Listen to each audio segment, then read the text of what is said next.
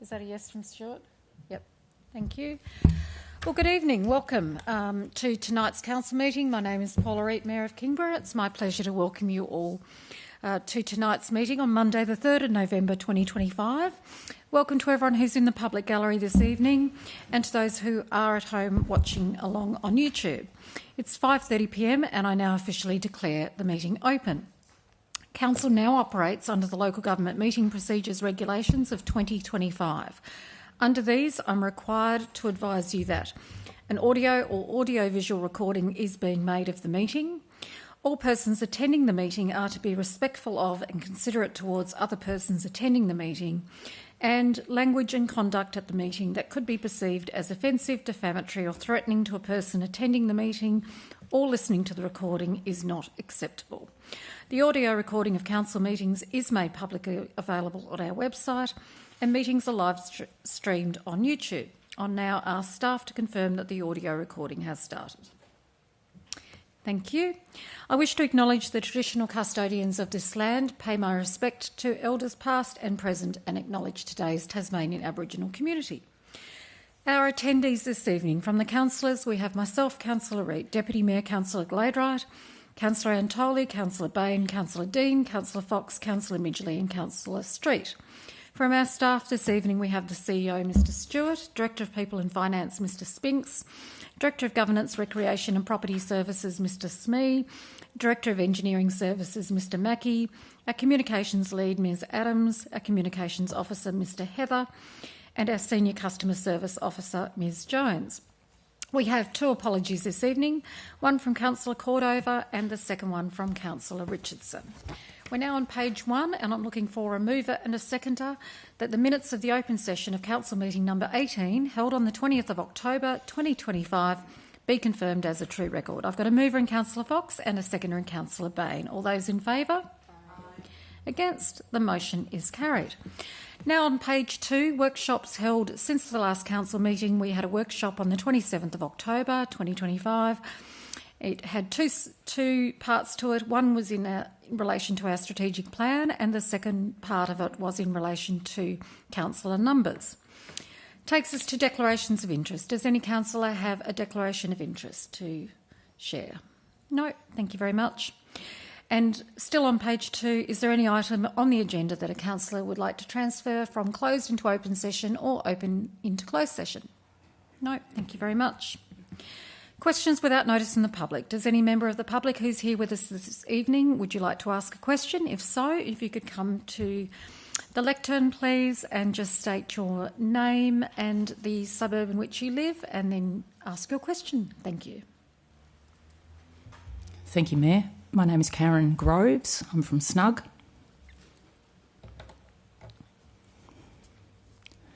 At the council meeting held on the 21st of July this year, Nick Street reiterated several times that the community should talk to the TPC about their properties. Sorry, just to correct you, Nick, you got the wrong street. It's Councillor Christian Street. Thank you. Nick Street is the former Minister for Local Government. Thank you. Oh. All right, moving on. We don't want to create a feud. I do apologise. You can all make your own judgment on that. Apologies to interrupt you, but I thought it was important we get that right. Get that right. The more attractive Christian Street reiterated several times that the community should talk to the TPC about their properties and ask for a hearing. At this stage, representations have been closed for 6 months. Not one person in leadership or the planning department corrected this mistake, and the TPC subsequently had so much correspondence they placed a red banner on their website stating that no unsolicited correspondence would be accepted or representations. Would you agree that council silence at the meeting was misleading and has contributed to the misinformation that exists in the community? The CEO. Through you, Mayor. The decision-making of the Planning Commission about, I guess, their willingness to engage or not engage with subsequent representations is a decision for them.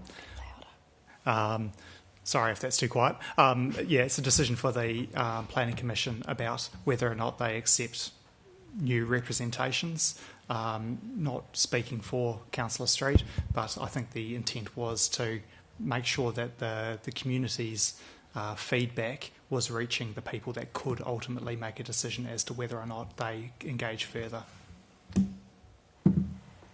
Did you have a further question? Yes, I have another question. Thank you. Similar to the current community feedback around the LPS process, Kingborough Council seems prone to some complaints around their lack of communication and consultation. In the last 10 quarterly published complaint summaries, there were complaints of this type every time, and 7 of the 10 final statements hoped to improve communication processes. Since the last council meeting and Mercury article where council decided to hire a consultant, there has been no whole of council communication about anything relating to the hire, TPC Direction 69 or community participation. So going forward, what are some of the ways that KC will be improving communication with the community, and when is this going to start? Thank you. We do have a plan that is about to roll out, and there is additional information on our website that has been on there since the meeting of the 20th of October, but I'll ask the CEO to address that. Thank you. Through you, Mayor. So like the Mayor said, there is communication that is planned to go out to the community. So there's a letter that's been drafted that will include further information about the subsequent processes that Council is engaging in. Additionally, it has fact sheets and information that will be sent out to all people that have property that is in any way impacted or potentially impacted by the Landscape Conservation Zone. Additionally, we have launched a new, campaign to get people to sign up with email addresses so that we've got a much more adaptive methodology for communication, because sending letters is slow, time-consuming and expensive. So finding a way to communicate digitally with our community, especially on these targeted topics, is a way that we can really improve the level of communication and engagement we have. In regard to the element around the consultant, so we've been engaging with an EOI process so far, so an expression of interest, to make sure that we understand who in the market in Tasmania is available for engagement in that piece of work. Additionally, we're just looking at whether or not we need to go further afield with that expression of interest process and subsequent tender as well. So when there's some concrete information, we'll be sure to be communicating that with our wider community.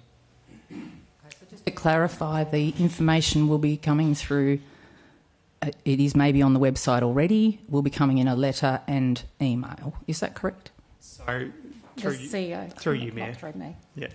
Just speak. We've had a conversation about not saying through you anymore to try and be a bit more modern.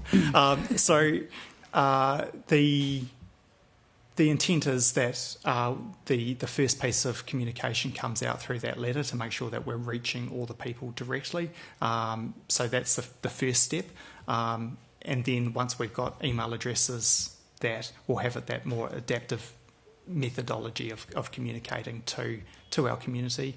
There isn't any information on the website at the moment around the consultancy, because there isn't anything to tell in regard to that yet. Once we do have some more information, we'll be sure to be sending that via the appropriate communication channels, whether that be social media, the website and or email as well. My last question for anyone. In the latest Mercury article on the LPS process, the Mayor stated, "I'm confident we can deliver an appropriate balance for our community." The Strellis also asks for balanced management of development, with Principles 4.2 including intergenerational and social equity, and yet the draft LPS and S35F reports seem to favour environmental protections, such as moving properties into discretionary zones and extending overlays to protect landscape values. To ensure a balance, could you provide examples to us where the draft LPS has actively supported or protected the rights of ratepayers to maintain reasonable and continuous use of their properties across generations? I'm not sure if the CEO can assist us. We might have to take that on notice. We don't have our Director of Development with us here this evening. She is away on leave. CEO? Yeah. I can't give you exact examples at the moment. If you look across the wider LPS for Kingborough, you'll see many examples of where existing land use is retained through that. The challenge we've had with the environmental living zone in particular is that there isn't a directly equivalent zone under the Tasmanian planning scheme. So at a general comment, that's the challenge we've had there. But in terms of the detailed question, I'll take that on notice. Thank you very much. Thank you. Would anyone else like to ask a question? Please come to the lectern. Thank you. Hello, my name's Janet DeHoog. I'm from Lower Snug. So, how do you spell your surname, please? Small D-E space capital H-O-O-G. Thank you. Just so that we get it right for the minutes, we spelt somebody's name incorrectly last time. We apologise, so I just thought we'd double check. Thank you. This is my first time here, so I'm a bit nervous. That's okay, we're friendly. Okay. Our family property, it's 10 hectares, is proposed by council to be changed to landscape conservation zone with a new planning scheme. It was neglected and uninhabited for several years prior to our purchase. It's overrun with Spanish heath, it's got thousands of pine trees, it's got pampas grass galore, and we're in the process of rehabilitating the land. My question is, if the property is changed to LCZ, will we be able to continue to sensitively burn to manage the weeds and reduce the bushfire risk? The CEO. Through you, Mayor, I'll need to take... It's a habit hard to break. We'll need to take that on notice so I can get you a detailed and accurate response to that.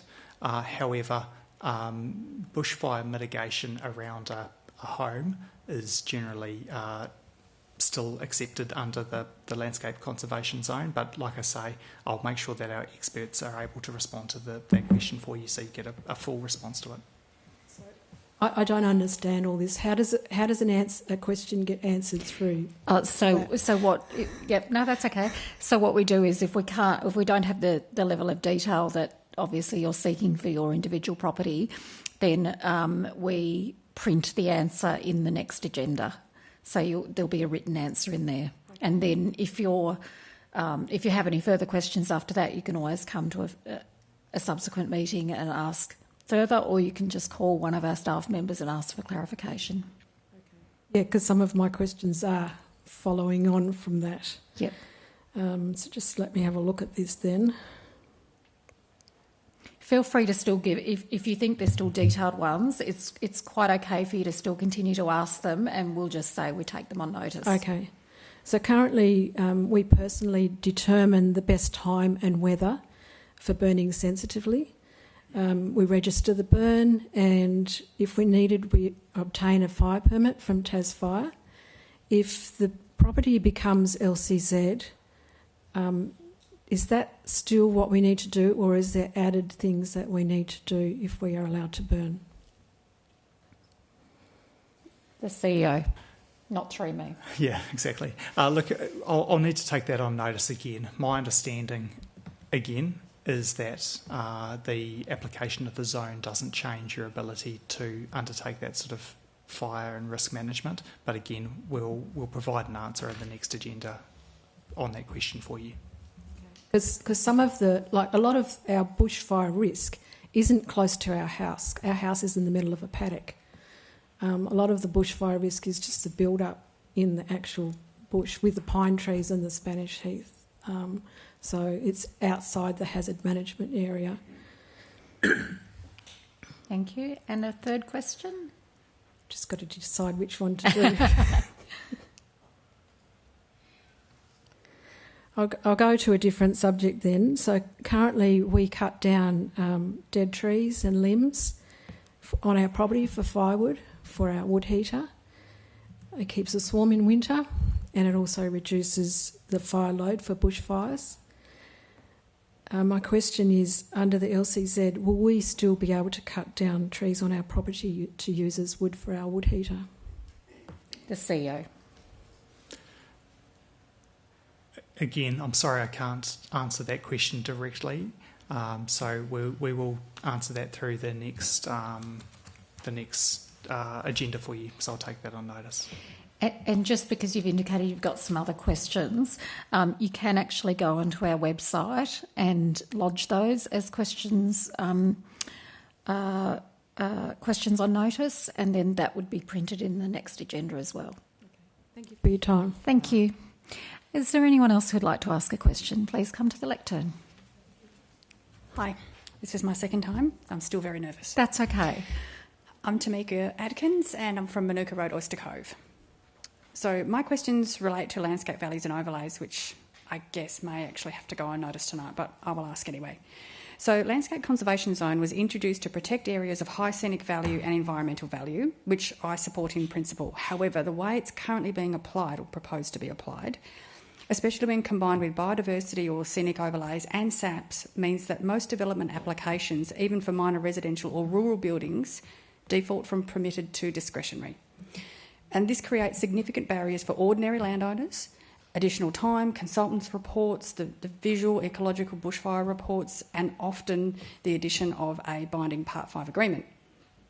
My question on that is, given that Landscape Conservation Zone already includes stringent controls on vegetation clearance and development visibility, what is the planning justification for applying additional overlays that trigger discretionary assessments or otherwise low impact or permitted uses?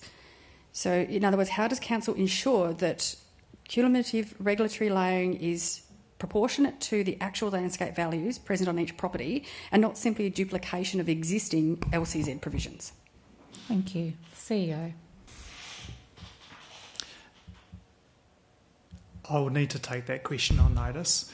It's worth noting that the elements within the draft LPS are still proposed at this stage. So I guess the zoning and the overlays are two separate things. And so I take your point around the sort of cumulative impact of zones and overlays, but they do, through necessity, stand alone from one another, but we'll make sure we get a full answer to you on the next agenda.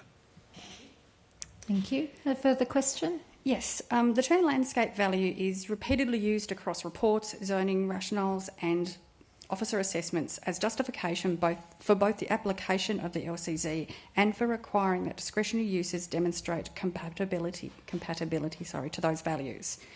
However, neither of the state planning provisions nor the Kingborough local provision schedule provide a clear or measurable definition of landscape values. Councillors have previously confirmed the lack of definition. Without a clear definition, both applicants and assessors are left to interpret landscape values subjectively, and that introduces inconsistency and uncertainty in the assessment process. So, LCD specifically requires that discretionary use must have regard to the landscape values of the site and surrounding area. But if those values aren't defined, applicants can't reasonably demonstrate compliance and councils can't objectively determine it. So my question is, how can a development application be assessed as compliant with landscape values when the term is not clearly defined or consistently applied within the Tasmanian planning scheme, the state planning provisions or council supporting documentations? Thank you. The CEO.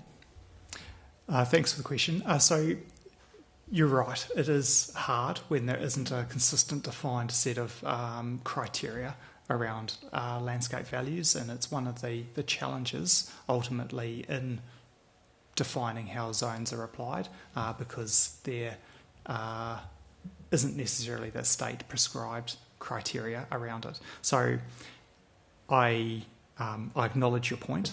In terms of the detail of the response, I'm really sorry, but I'll need to take that on notice again so that the team who are the experts in this area can provide a response there. Another question? Yes, my last question is around the minimum lot size. So the minimum lot size is 50 hectares, which is 140-something acres, with a potential reduction to 20 hectares in limited circumstances. It's a fundamental component of LCZ and reflects the zone's intended purpose, which is to manage large, predominantly undeveloped landscapes with limited subdivision potential. Applying Landscape Conservation Zone to existing smaller rural or semi-rural lots is inconsistent with the zone purpose statement under the state planning provisions, which states LCZ is intended for large areas of contiguous natural landscape rather than fragmented or semi-developed lots. we have so many smaller properties that already sit within the rural zone, living zone, and are further constrained by overlays and subcategories which already ensure careful management of vegetation and landscape characters. So rezoning smaller properties to LCZ therefore offers little or no addition to conservation benefit, but significantly increases regulatory burden, preventing reasonable subdivision, triggering more discretionary applications, and reducing land value use and flexibility. And my question is, why is Council proposing to apply LCZ to land parcels that do not meet the minimum lot size requirement of the zone, and how can these smaller properties be assessed under a zone whose minimum area standards they cannot meet? The CEO. Through the work that is about to kick off with the consultant, we are going to be reviewing the application of the landscape conservation zone, and I guess looking at the criteria that have been used, the decision-making flow, the decision tree, I guess, around the process. So I acknowledge the point that you're raising, and not able to provide the detailed response to the why of that myself. But I do note that there is a subsequent piece of work that will relook at that again, so test some of those elements and assumptions that you have mentioned there. So I'll take the rest of it on notice, but just acknowledge the fact that there's a subsequent piece of work coming. So the consultant will be made aware of, obviously, the land size plots that are currently being looked at that will not meet that minimum requirement. So the consultant will be looking at all elements of the strategic drivers for zoning of land and the criteria that are used, and that includes the plot size. Thank you. Any further questions? Please come to the lectern. Good evening. Kim Phillips from Margate. And you may have just answered this, but I'm going to ask just for clarity. When the consultant is undertaking that review, will they be reviewing all properties that have been flagged for LCZ, or only those which have had a representation raised? Mr. Stewart. So the scope of works that we have prepared includes, I guess, different angles that we look at it. So first of all, it includes, as per the Direction 69 that we received from the Tasmanian Planning Commission, the properties that had been proposed for the particular purpose zone. Additionally, it states all other landscape conservation zone. Thank you. Okay, so the other question that I have is, how will Council ensure fairness and affordability for landowners? This is if LCZ comes about, because of the combination of LCZ controls and overlays means that most applications will require costly specialist reports and lengthy discretionary assessments, even for low impact or permitted uses. I asked that question because one of the reasons we live where we live is because I couldn't afford to buy property closer in town. So I'm going to get upset. So the idea of having all of these extra expenses makes everything so expensive, and I feel like it just has not been considered. Sorry. It's all right. I'm sorry that you're upset. Do you need a moment? No, that's it. But essentially that's my question. Sure. CEO. In the application of the LPS and the zones there, the consideration of the cost fundamentally of going through that process, unfortunately, isn't a consideration in that. It's about the appropriate allocation of zones. So there isn't a consideration from that side of things. From within council, though, what I'm looking to do and see is how we can look at our processes within the organisation to make these processes as easy and user-friendly as possible. So what I'm saying is there will still be criteria under a scheme, and that's our statutory obligation to adhere to a scheme and go through a process around that. What we can do, though, is try and make ourselves easy to work with and approachable in that. And so there's a test of reasonableness about whether different consultants' reports and things like that will be necessary. I can't give you any sort of surety around individual cases. That's not something I can do here. But what I can talk about is a general intent to be able to be working in the planning space to make ourselves easier to work with and make sure that the cost barrier to these types of things is minimised wherever possible. Thank you. Any further questions, please come to the lectern.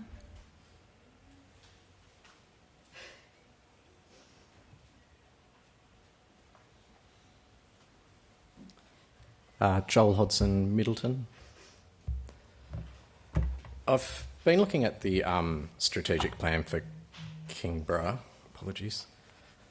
In the additional objectives, priority 3, caring for where we live and preparing for the future, it talks about bushfire mitigation, and there's a few points there. Sorry to interrupt. Can I just clarify? Are you talking about our current strategic plan or the one that is... In the agenda. Unfortunately, it's not permitted to ask questions about items that are on tonight's agenda because it can prejudice the discussions that councillors need to make in the meeting. So it does state that in the front of the agenda. Yeah, I apologise. But... Yeah. Give me a minute, I'll rephrase. Okay. There's always a way around these things. It's like when you want to make a statement, you can always rephrase it into a question somehow. You just got to put why or what at the end of it and an inflection in your voice and it makes it into a question. Are there any other questions? Thank you.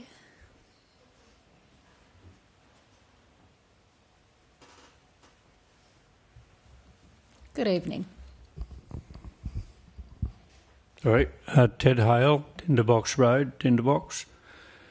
With regard to the hiring of the independent planner that's been discussed, can you give us a time frame as to when that person may begin, bearing in mind that it's now early November and that report is supposed to be before the TPC in late January? Yep, the CEO. Through you, Mayor. No. Bad habit. So the scope of works is prepared. We've undertaken an EOI, as I mentioned earlier in the council meeting. I'm just looking at whether or not we need to go further afield to broaden the pool of people we have tendering for the works. But the intent is that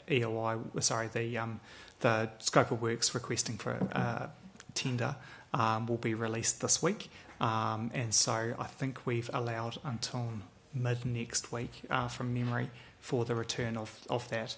Then from there it's dependent on the consultant availability fundamentally for when they're prepared to start that work. But obviously, given the timeframes we have and the commitment to the TPC around the conclusion of that work, we've got some really tight timeframes to be able to go through, to be able to engage that work, undertake it with good due diligence and process, and then produce an output by the 30th of January.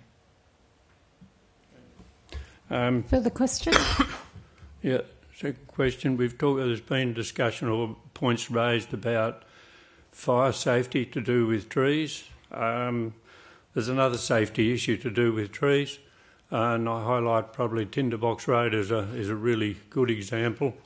The recent winds we had, I'm aware of 2 large trees that came down across Tinderbox Road, but there's a very large amount of overhead branches, many of which are dead and quite heavy, which are inevitably going to hit the road. So what is Council's policy about clearing overhead? Because there's certainly a potential for fatal accident and major problems if that's not attended to. The CEO. Look, I'll take that on notice to come back to you. I'm aware of, obviously, the risk that exists with overhanging branches and the risk of failure in terms of that, our tree canopy. But I'll get an answer from the relevant team to come back to you about the detail of that. Thank you. Do you have a further question? Yeah. also in relation to Tinderbox Road and the environment along the road. There's a number of areas where the bush actually comes right to the very edge of the road. There are a number of signs along there sort of asking drivers to be aware of the local animals, etc. But I'd suggest that bushland coming right to the very edge of the road is not really helping the animals, because one step sideways they're going to be under a car. So I think we need to have a look at trying to get a little bit more clearance, not to mention the damage for various individuals' cars if they hit a kangaroo that jumps out of there. The CEO. Thanks for the Or the Director of Engineering. No. Okay, sorry. I thought you were moving towards your microphone. CEO.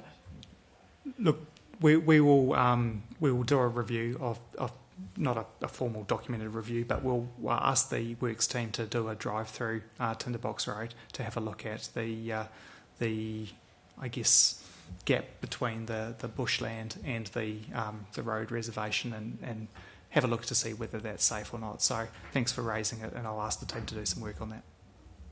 Thank you. Mr. Hodson, are you ready to come back? Because I did have an idea, because you could actually put the question on notice and then you can still ask your original question. Just a thought, but over to you. Okay, brilliant. Joel Hodson, Middleton. Woodbridge School is growing. There's definitely a larger range of families moving into the South Channel area. Some of those students would be coming from out of area, but there's also within area.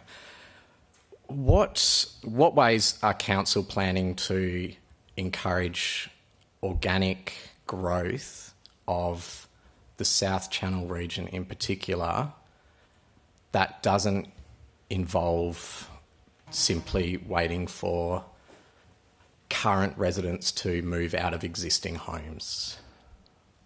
The CEO. So strategic land use planning also includes consideration of where growth areas will occur. So that happens in a number of different ways. The Southern Tasmania Regional Land Use Strategy is the principal one. Kingborough Council has some work to do as well around considering the strategic growth areas that exist within our municipal area. Growth isn't always the best option. So there's going to be areas of Kingborough where growth is not necessarily being encouraged because of cost of infrastructure, the lack of available land and services to support those more people living within an area.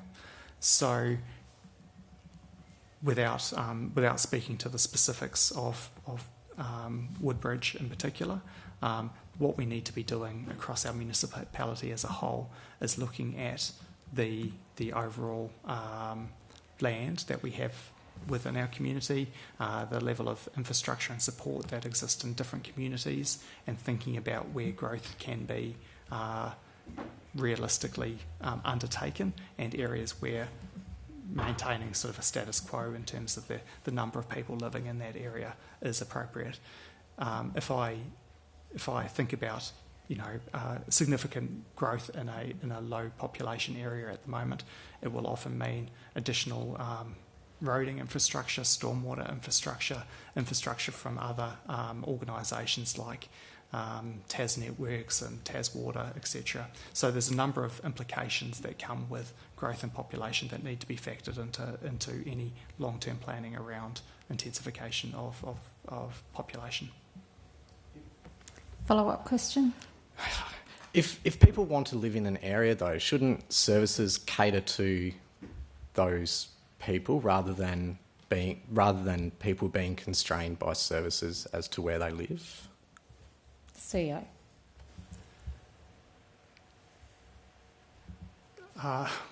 Within reason, that's a valid concern in saying that as a local government authority, we need to make sure that the affordability and deliverability and the livability for people within those communities can be maintained.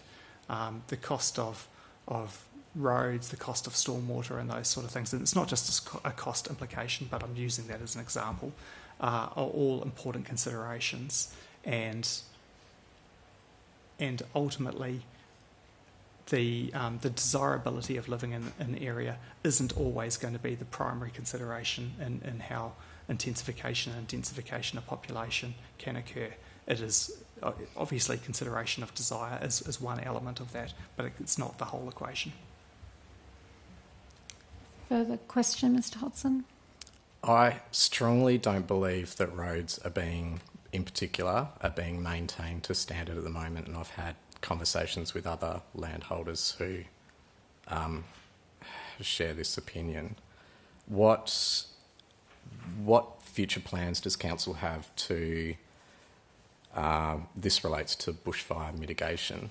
What future plans does council have to, for instance, make it easier for homeowners to get things built and clear fire hazards, particularly when there's a conflict between, let's say, Part 5 agreements, conservation covenants, and being able to manage our land? The CEO. I'm just trying to follow that question. I went in a few places. Yeah. So you might have to try me again, sorry. Yeah. Maintaining roads and being able to is one way that we need to have in order to help maintain properties and mitigate bushfire risk. What are some other ways that council are planning to help mitigate these bushfire risks on people's land? The CEO. Does that help? Not really. It does help. So, look, the primacy of minimising bushfire risk on privately owned land is with the private land owner around their keeping their property safe for themselves and having a plan. So we work with our community on preparation, thinking about what they need to be doing for summer to make sure that they're ready for bushfire season and putting appropriate plans in place. We don't have a direct responsibility of bushfire preparedness on individual private land parcels, but we do have that wider duty of care to be informing people. We do we've got the abatement notices that we serve where we do have a concern about the risk of bushfire occurring on private land. So there's a number of things that we do in that space, but again, the primacy of bushfire preparedness does sit with the individual land holders. Thank you. It is 3. But please do put that other one on notice. Thank you. Further questions?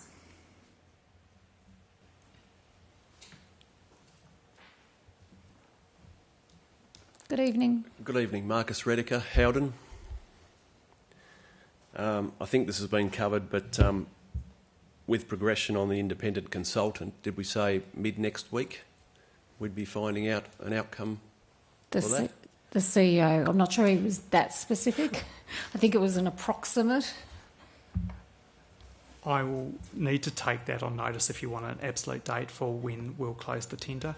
Obviously, there's a couple of drivers here. The first of all is making sure that we get appropriately skilled person on board to do this work. So I might have to flex timelines associated with that to make sure that we do get the right consultant on board. The other imperative is obviously cost and making sure that we have appropriate value for money in that. So I don't want to put a final date on that unless we have to flex things to be able to make sure that we meet those two imperatives. But I'll take the question on notice about the close date of that tender. Thank you. Further question? Second question, again to the CEO. When this person is appointed, they will be looking at zoning and plot size. will they also be looking at the overlays suggested on those plots and zones? The CEO. So the intent is that they look at all the drivers around the zoning application of the properties that are currently proposed for landscape conservation zone or the particular purpose zone. The intent of that work is focused on the zone, not the overlays. Mr. Redcar, another question? Last question, Thank you. and I'll leave you alone. That's okay. It's a question to all of you, Mayor, Deputy Mayor and councillors. Did you receive, or should I ask, did you not, Charlie Biggins's well thought out and brilliantly written letter addressed to all of you, talking about the LCZ versus the rural living and bushfire problems extending from that? I can't speak on behalf of all councillors, but certainly I did receive that this morning, I believe, or it might have come in over the weekend, but I read it today, and I'm sure others have received it, and if not having read it so far, will be doing so in the next few days as their schedules allow. Wonderful. Please take that on board. Thank you. Thank you. Thank you. Any further questions? No? Thank you very much for your attendance this evening and for your questions. We will move on. We're now on questions on notice from the public. If you wish to submit a question on notice, you can do so. This is my little infomercial. You can do so by completing the relevant form on Council's website or by emailing us at kc@kingborough.tas.gov.au. We do have some questions on notice that are printed in the agenda. The first one was zoning from Ms Dewhurst and an officer response from Ms Shakuti. The second one on page 3 was about individual engagement on rezoning from Ms Duplessis and a response from Ms Shakuti. The next one was on consultation for rezoning from Mr Barter and a response from Ms Shakuti. The next question was about approvals to rebuild after fire from Mr Marshall with a response from Ms Shakuti. The next one was in relation to absence of house plans asked by Mr Woolley with a response from Ms Shakuti. Next one was in relation to rural zones from Ms Kerr with a response from Ms Shakuti. Then we had a question on page 6, roadside spraying from Mr Punch with a response from Mr Jones. A question in relation to road reserves from Mr Hodson with a response from Mr De Croo. And finally, a question on road maintenance also from Mr Hodson and a response from Mr Jones. Takes us to page 7, questions without notice from councillors. Does any councillor wish to ask a question without notice? I've got Councillor Midgley and then Councillor Antoli. Councillor Midgley. Thank you, Mayor. I just have one question. With the engagement of the consultant in review of the LCZ and the provision of the draft local provision schedule, is there any mechanism for landowners who have not previously provided a representation to do so now? CEO. So, as was discussed with the question earlier tonight, there's no mechanism at the moment for a formal representation that goes through to the Tasmanian Planning Commission. In the work undertaken by the consultant, that's not part of the scope that we have at the moment, but I'll take that on notice because it might be something that we discuss in the building the approach that the consultant takes around how they want to gain the information to be able to make the decisions that they provide the advice that they need to. So I'll take the second part of that on notice. Thank you. Any more questions? No. Councillor Antoli. Thank you, Mayor. I'd just like to flag I do actually have a question as well during closed session that I'd like to ask with your permission, please. Thank you. I'd like to ask 2 questions. The first is a topical one that came up in the newspapers on the weekend about a poison known as 1080, which is used to handle rodents, animal infestation. Is that a poison that we use in council, and do we have a position on that if we do? The CEO. I've just been informed that we don't use it ourselves within council. Can I ask why we don't use it? Not that I'm encouraging you to use it, I just generally would like to know why we don't. The CEO. It's not something I've been involved in around the decision making around that pesticide. I can take that on notice for you. Councillor Antoli, further question? Yes, one more. So I'm asking this next question on behalf of Councillor Richardson, who is an apology tonight. He has a question through a constituent, through himself. At the last council meeting, Councillor Dean asked the CEO if the council could write to the TPC and request that the TPC allow residents who were unaware of the zone changes, I believe around the LCZ zone, zone changes to their property, and therefore miss the deadline to be able to request one now. So the question is an update on what's been the follow-through on that, if anything. The CEO. Yeah, I haven't done that yet, so I'll ensure that communication goes out this week. Thank you. Any further questions? Yep. The Deputy Mayor. Thank you. Just regarding that letter, is there any reason why we couldn't post it on our social media so it could be shared around the community? The one that Councillor Antoli just asked about. The request to the TPC. The letter to the TPC requesting... No, sorry, I meant the letter that's going out to the rest of the community. Oh, sorry, I thought you were talking... That was a sorry, from there. yeah, that's bad communication. So yes, the intent is to publish that letter through other council channels, including our website, so it's available to all our community when it goes out. So it's not only going to be addressed in an envelope, it can also be shared on social media, and acknowledging that that's often a way that people receive their information these days. Correct. So the intent is that it will be emailed out to any property that has an association with the landscape conservation zone. So that even includes a small portion of the property that might have an edge that landscape conservation zone cuts across. So that will be a number of properties, and it might even be properties that are predominantly zoned another zone. But in addition, we'll post it on other channels so that it's available to our wider community and not just going to a certain subset of the population. Thank you. Any further questions from councillors? No. Okay, thank you very much. We'll move on. And questions on notice and councillors. At the time the agenda was compiled, there were no questions on notice and councillors. Takes us to petitions still being actioned. There are no petitions being actioned, and at the time the agenda was compiled, there were no petitions that had been received. Moving on now to officers' reports to councils. We've got reform to council numbers and allowances with the recommendation on page 10, and I'm looking for a mover and a seconder, please. A mover in Councillor Midgley and a seconder in Councillor Bain. Councillor Midgley. Thank you, Mayor. Yes, I'm happy to move this agenda item, the local government review and changes of council numbers and allowances. On the whole, I agree with the comments that have been put forward. I feel it's a positive step perhaps towards further changes for councils. As we know, there are a large number of councils in Tasmania, and perhaps this might do a further step towards reviewing that again. Our proposal is to move from, we currently have 10 councillors to 9, and there is also a percentage in the councillor allowance. But noting also in that, which I'm not entirely happy, is that this will become at a cost to ratepayers.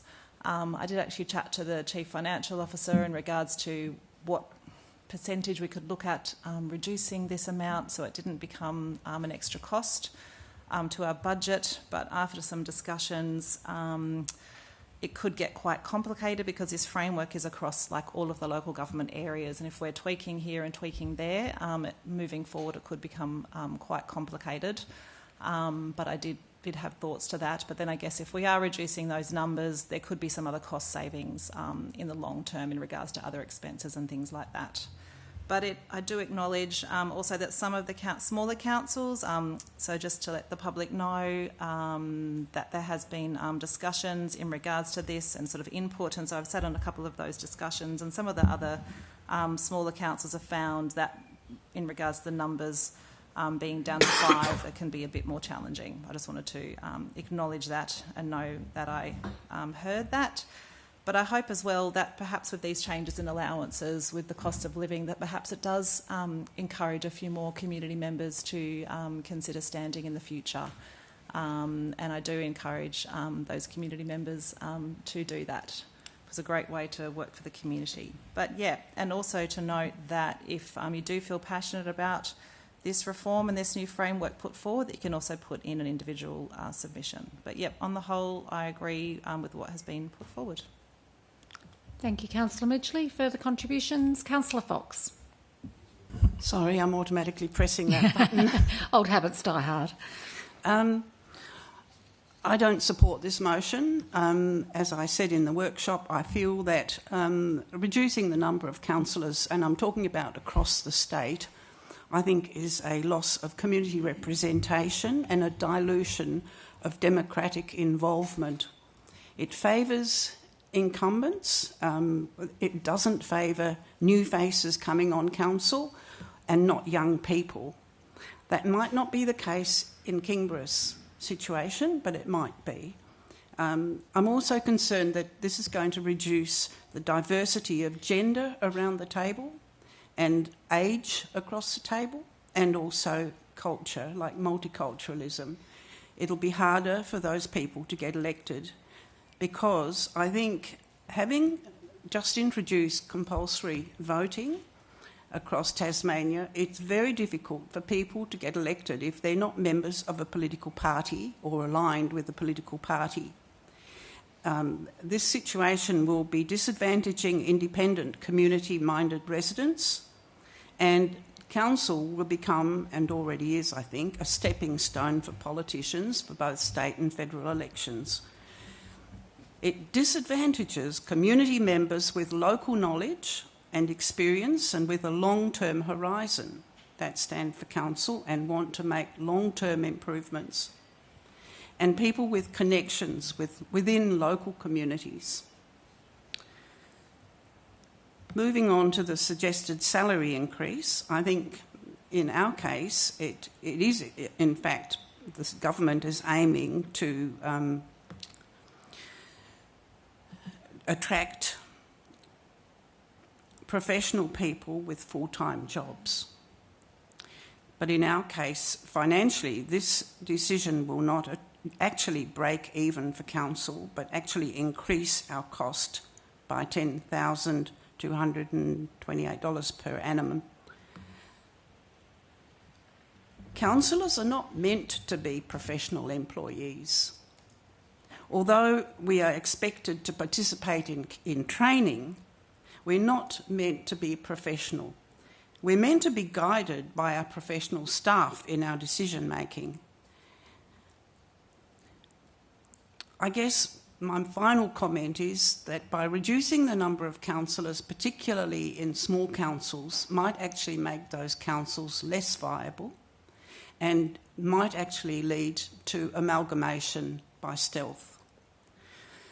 So I'm afraid I don't support this motion. I feel quite concerned about it. I feel that the feeling of local government is being eroded. The respect for community members representing their constituents on council is changing rapidly.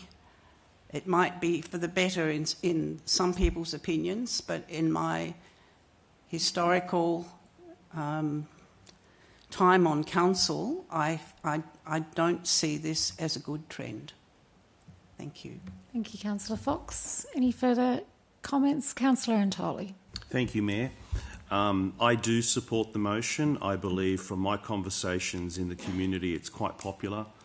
I actually haven't encountered anyone in the community that is against the idea of reducing the number of councillors. Some of them don't like the fact that it proposes that councillors would get a pay rise. That's just a matter of opinion. I think it's a good move for councils to have fewer elected members that they have to train, that they have to take account for. I respect Councillor Fox's capacity to hold her views. There were a few of them that I actually agree with. One of them that I don't agree with is that it will favour people who come from a party. We only have 2 individuals who are elected under the banner of a party. We have all various party or non-party relationships. Some of us are here. I know that I'm definitely not here because of a party, and I as a first timer, I came on with a pretty high vote. My view is that if you're an incumbent right now in Kingborough, you're at a disadvantage at the next election. I don't believe incumbency is actually going to save you at all, or be a political advantage at the elections in October in 2026. And I think we will see quite a number of new recruits put themselves forward because they're not happy with the way certain things have been handled. Right or wrong, they're not happy. So I do believe that having a threshold that is raised to enter into public life is a good idea, and I believe it's the sort of service that an individual who has capacity, who has reputation and gravitas should put their effort towards, and I think having an entry point from 10 to 9 is fitting a council of this calibre, and I support the concept, and I'm happy to vote in favour of it. Thank you. Further contributions? Councillor Bain. Thank you, Mayor. I'm happy to endorse the positions outlined in this report. I believe this is a small step in the right direction for local government reform. The reduction in the number of councillors is sensible, and for Kingborough going from 10 councillors to 9 still leaves enough councillors to sufficiently represent our community. In regards to the increase in councillor allowances across the state, I guess to start with, one thing I can say for sure is I don't think many councillors, if any, take on this role for the allowance. It is generally people who want to make a difference in the community.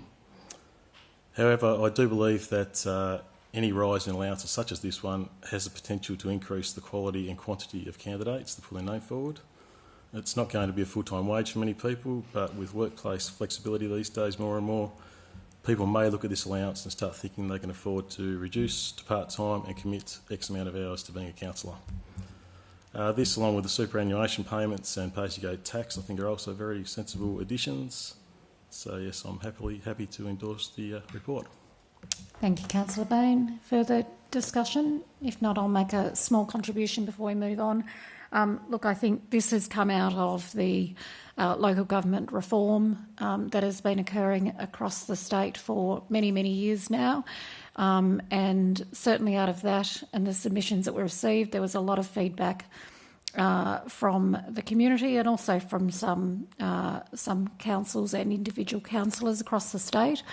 That we have, well, we know we have too many councils in 29, but also you add up the number of councillors and that equates to, I think, 263 overall. So we are, for our size of population, quite overgoverned.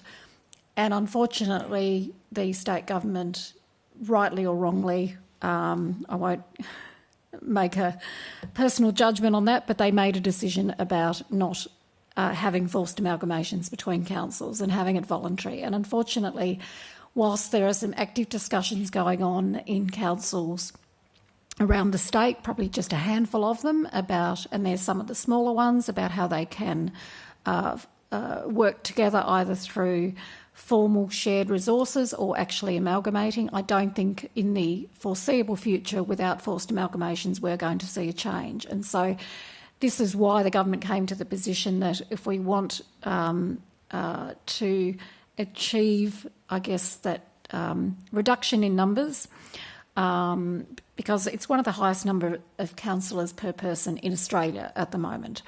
And so it is very much, I believe, as a view that that's inefficient. And in some cases, and the report that the government released, the discussion paper that they released with this, said that it can lead to undemocratic election outcomes where people with very, very few votes can end up being elected. And I think there was an example where, with multiple resignations from a small council, somebody was elected on a recount with about 20 votes. So there are some anomalies that the current system has thrown up. It is interesting that moving forward there are reforms, and some of that has already occurred, and in our upcoming, I'm talking in relation to professional development for councillors, and in our upcoming annual report, you'll see we are now, as councils, have to report the individual results of which councillors have undertaken the training modules that are available to us. There's been quite a selection of modules, and it starts from the very beginning of things like what is your making sure that councillors understand what their role is as a councillor, what their responsibilities are, and then it takes councillors through various modules, and there's quizzes and things like that on topics like risk management and ethics and integrity and financial management and all the different things that you need to be across as a councillor, because the role of a councillor now is significantly different than it was 30 or 40 years ago. It is very, very complex as the legislation that we operate under has become more complex.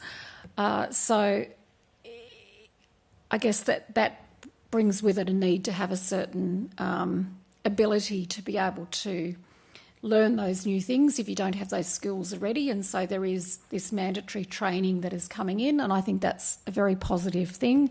And I'm very pleased to see that we have had all of our councillors who have, if not completed it, then have actually made a substantial start on it. And I thank councillors for that and their willingness to continue to learn so that we can strive to do the best that we can for the community that we serve. So I do support this. I was on council prior to 2013 when we went from 12 members who sat around the table, and at that election in 2013 we went down to the 10 that we are now. I reflect on that and think, did it make our decision making any worse because we had 2 less people around the table? I don't believe so. I don't believe it will result losing one more member through this. I don't think it will result in a lessening of our good decision making. I do know from having listened to some of the smaller councils where they only will be going down to 5 members, there could be some challenges that they face, and I know the state government has responded to some of those and said they're very aware of some of the nuances that they could have in relation to quorums and that they will take that on board. But I do believe this is very sound, so I do support putting in a submission in line with what is printed in the agenda. So I thank council staff for the work that they've done on this. Are there any further contributions? Councillor Midgley, would you like to sum up? No? I'll put the recommendation now. It's moved by Councillor Midgley and seconded by Councillor Bain. All those in favour? Aye. Against? Okay, a show of hands is required. All those in favour? It's Councillors Antoli, Dean, Bain, Midgley, Street, Gladewright and Reet, and those against, Councillor Fox. The motion is carried. We now move to page 47, Kingborough Council Strategic Plan, with a recommendation on the following page. And I'm looking for a mover and a seconder, please. I've got a mover in the Deputy Mayor and a seconder in Councillor Fox. Deputy Mayor. Thank you, Mayor. The purpose of this report is to endorse the draft Kingborough Strategic Plan. This was prepared with input from councillors and staff, and we also considered community feedback as well as any proposed amendments to the draft. It's a great plan. It sets out our objectives, our values, our vision and purpose, and there are 5 strategic priorities. It will be formally launched at our annual general meeting in December. So I commend the motion and I encourage everyone to have a read. Thank you very much. Further contributions? Councillor Midgley. Thank you, Mayor. Yep, you can hear me. Thank you, Mayor. I'd like to thank all the people involved in development of this strategic plan, the consultant and the staff, and also thank I think we had quite a high number of people in regards to responding to the consultation as well. So I really thank them for their time and input into that as well, so that we know that it is a bit of a community voice and input into this. A lot of the things that I recognised in this area, and I support absolutely the aspects of this, and on last Monday night we did have a workshop in regards to that. I noted that in the consultation that there was a really strong climate conversation and focus as well, and the importance that is reflected throughout the document. One thing that I did not raise at the workshop was a matter, and I had to look through some notes, that on the 8th of July in 2019, Kingborough Council passed a motion that we recognise that we're in a state of climate and biodiversity emergency that requires urgent action by all levels of government, including local governments. And the other part of this motion stated that this declaration of climate biodiversity emergency is included in Council's strategic plan and annual report. And after then rereading that, I did note that we hadn't actually included that in this strategic document. So therefore, I would like to propose an amendment that includes this wording, and I have had a conversation with staff in regards to that.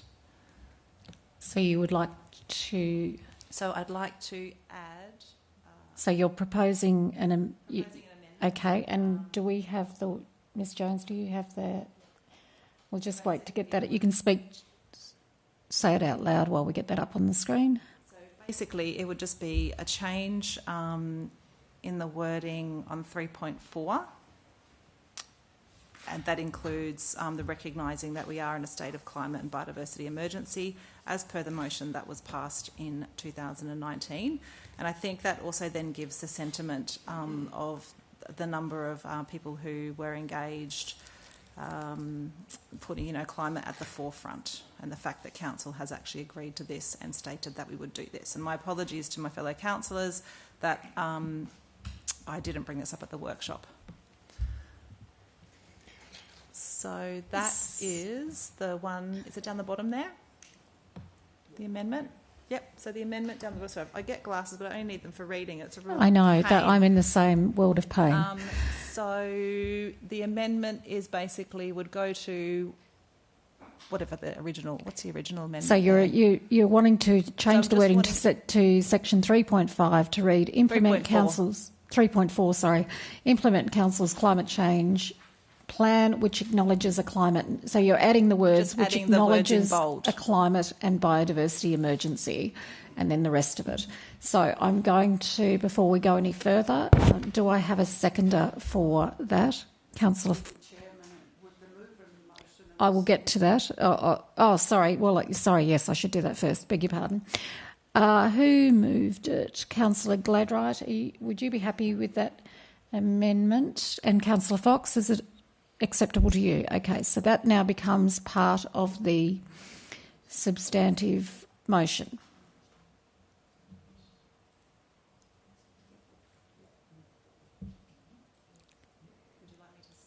Yes, you can now speak to...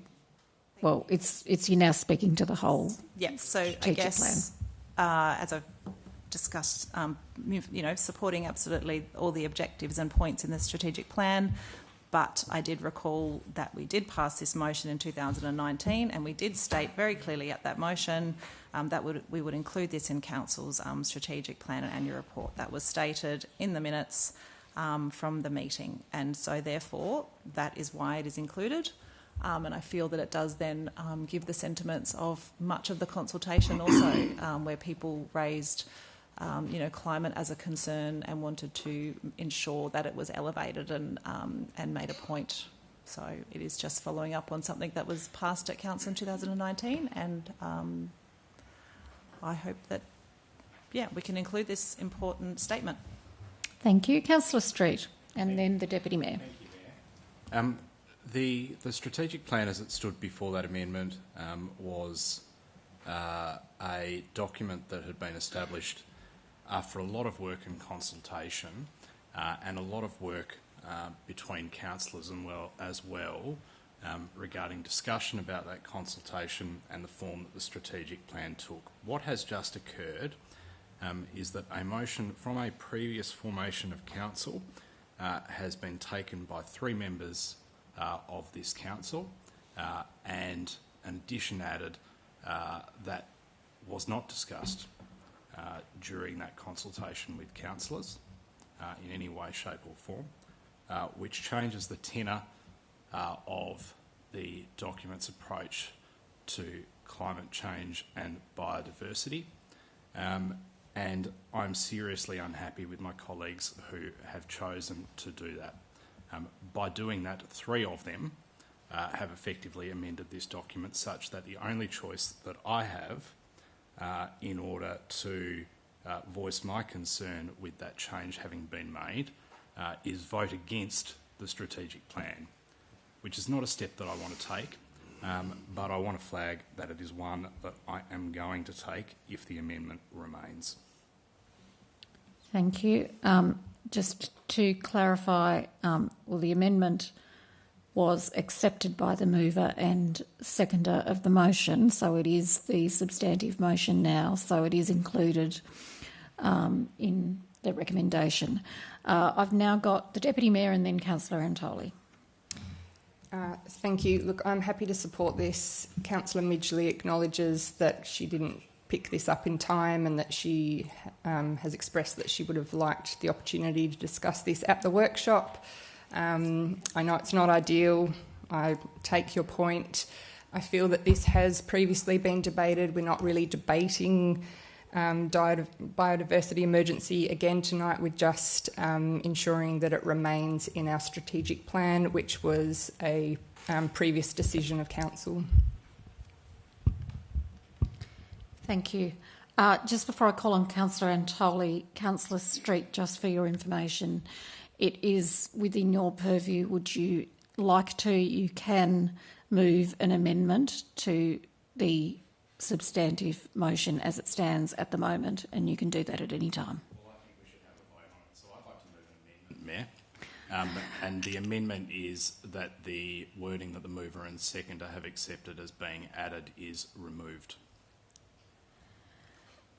Okay, do I have a seconder for that? Councillor Antoli. Okay, would you like to speak to the amendment?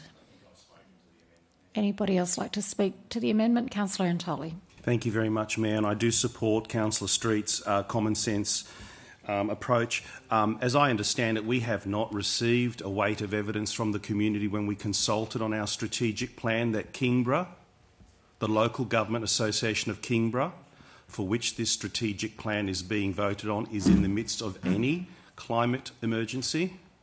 No evidence has been produced at any of the workshops to say Kingborough is in a climate emergency of any description. I note our good friend Bill Gates over the weekend said that we are not going to die due to a climate emergency. He actually said that the richer nations will be able to adapt and we will do fine.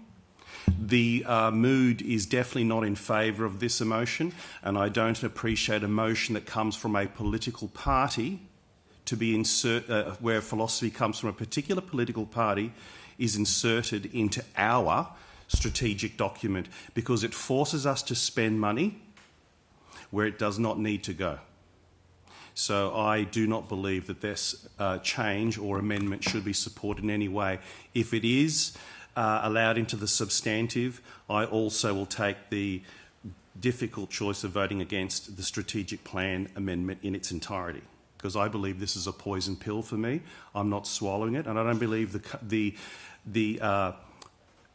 the ratepayers of Kingborough should be swallowing it either. Because if we go ahead and fund dealing with a climate emergency for a particular small piece of the climate that we live in, which will do nothing to the global climate, we have ripped our ratepayers off, and we'll be asking them for a lot more than 6%, 6.5% this coming year to fund this ridiculous concept.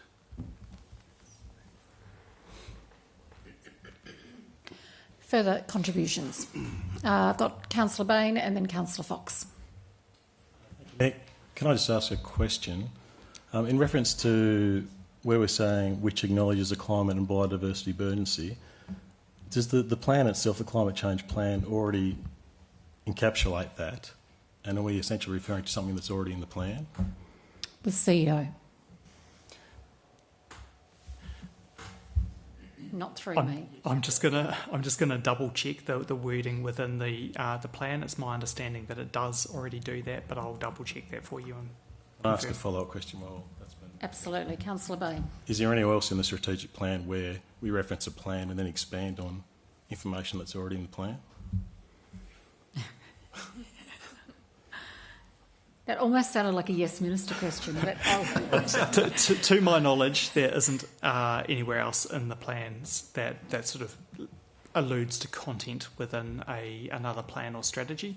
However, I would need to double check by reviewing the whole draft strategic plan for that.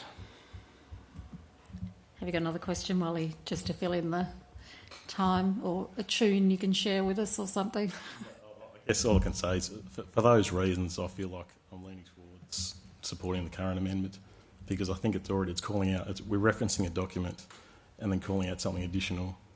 So the information is already in the document we're referring to, so there's no need to emphasise it when we're not doing it anywhere else in the plan. I'm just trying to look at the plan as well to assist the CEO.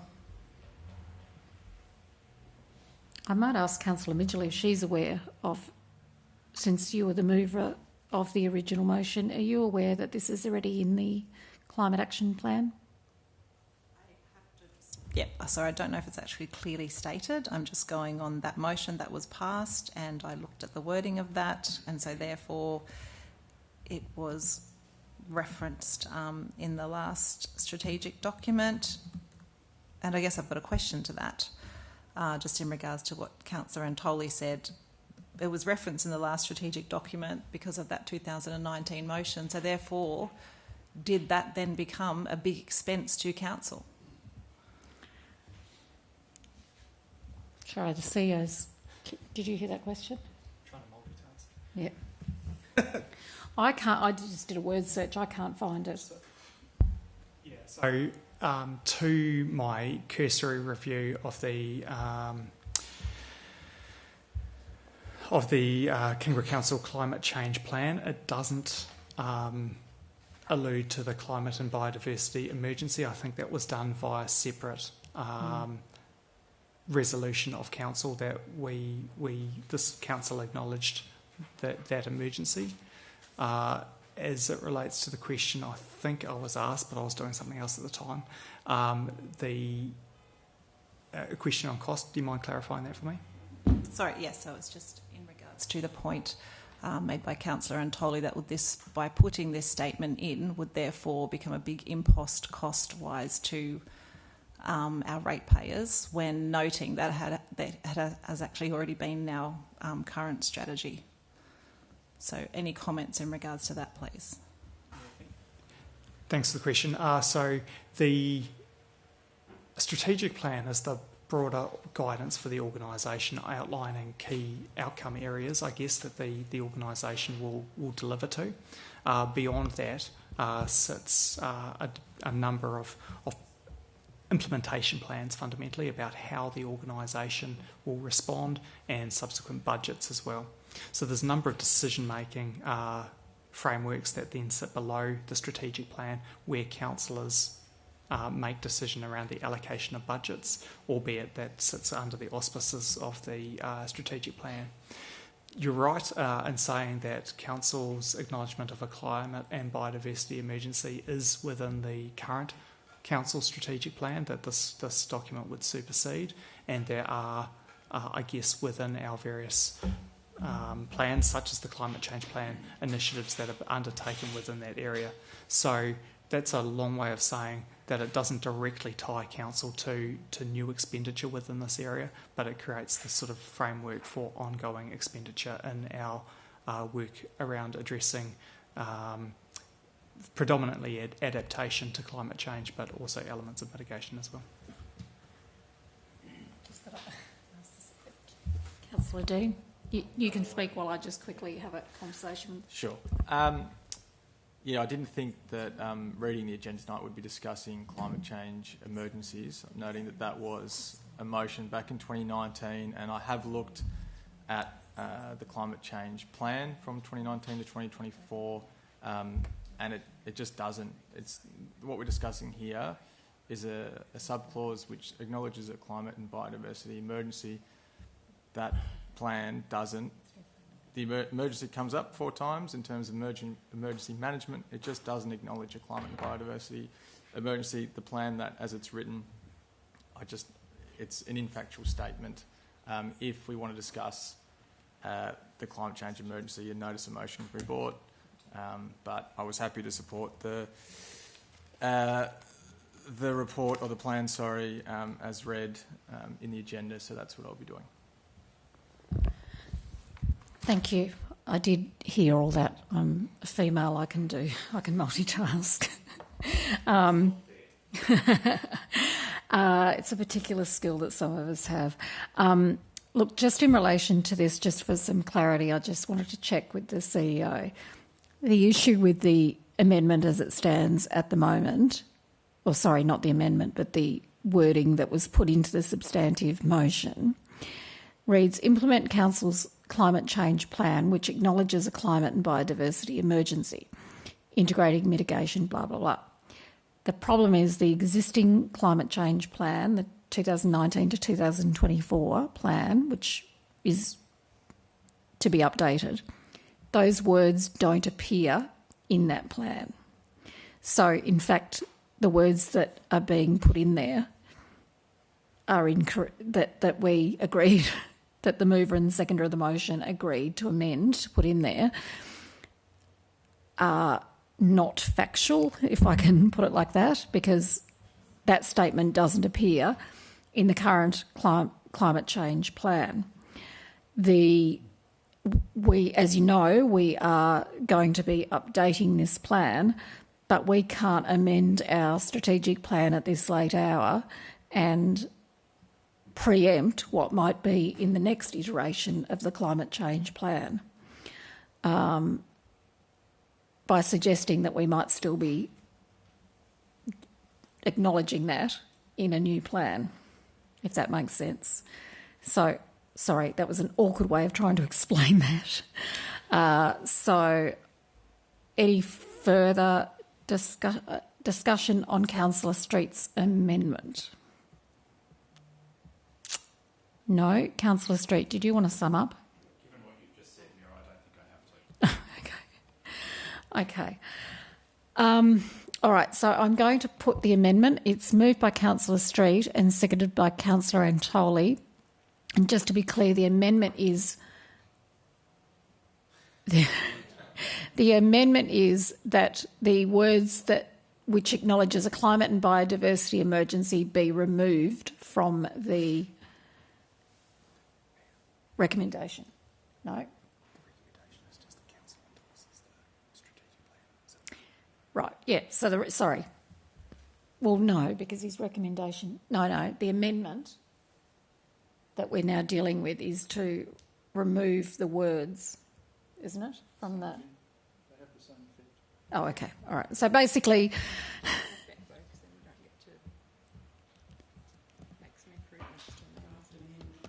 Well, effectively what Councillor Street is... so that was exactly what you moved, Councillor Street? Well, yes, in effect, that we revert to the original But did motion. you actually, sorry, just going back... What I moved was that the words that were added to the recommendation by the mover and seconder be removed. Yes, so that's what I thought. That would take us back to that council endorses the attached Kingborough Strategic Plan 2025-26. That's where I was going with that. Yep. So what we're voting on at the moment is that the Councillor Street's amendment, which is to remove the words that were added earlier so that in effect, the recommendation reverts back to the original one, which is that Council endorses the attached Kingborough Strategic Plan 2025-2035. Just so we're all clear on that. Okay? So I'm going to put the amendment. It's moved by Councillor Street and seconded by Councillor Antoli. All those in favour? Aye. Against? Okay, show of hands is required. All those in favour? Is Councillors Antoli, Fox, Dean, Bain, Midgley, Street and Reet. And those against? Councillor Gladright. The amendment is carried, so it means we're back to the substantial motion. So the motion that we're talking about now is that Council endorses the attached Kingborough Strategic Plan 2025-2035. I haven't kept a record of who has spoken substantively, so I'll rely on your honesty. Who would like to make a substantive contribution on the strategic plan? Don't wait too long or the opportunity will pass you by. Okay. You did make a substantive contribution, but you can ask a question should you wish to ask a question. I will ask a question. Thank you. And I can hope that we can include that perhaps in the... we can include the statement that I presented, which was a motion that was passed by Council, in the next Kingborough climate change plan. And I guess I'm hoping that we can ask staff to consider this in moving forward. Thank you, Councillor Midgley. That's my question. Can we? Oh, can we? Sorry. Very clever. You turned a statement into a question. The CEO. So we are about to commence the development or the redevelopment of the climate change plan because, as you've noted, the previous one is out of date as of 2024. The development will include current data, evidence, state and federal strategies within that. It will include consultation within it. So there's the opportunity through the redevelopment of that plan to include any comments that the Council wishes around declaring or acknowledging a climate and biodiversity emergency. Thank you. Councillor Midgley. One more question. As that statement was passed in that motion, can that statement still be included in the annual plan? The CEO. We would need to look at specifically how the annual plan is developed and in terms of what context it links to, but yes, words can be included within the strategic plan at Council's discretion. In the annual plan, apologies, around, climate and biodiversity emergency at Council's discretion. Councillor Midgley. One further question.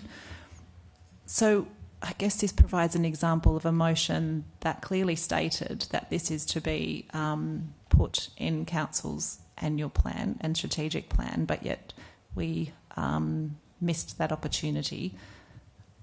And with changing of councils and staff, how do we keep track of such motions that are passed at Council? This was quite a significant one, and would I say that the gallery was full of supporters? The CEO. The previous resolutions are tracked through our information management, and so that's how we generally try and stay across previous resolutions to make sure that they're brought into effect. With resolutions of the sort that you're referencing, one of the challenges is that it's unclear whether or not they relate to just the subsequent strategic plan and annual plan, or whether they relate to all future strategic plans and annual plans that come from that point. So in the development of these new plans, it involves public consultation and engagement, and obviously a lot of work with councillors to ensure that they're fit for purpose, and subsequent councils are able to choose to adopt content in those plans and strategies that they so wish.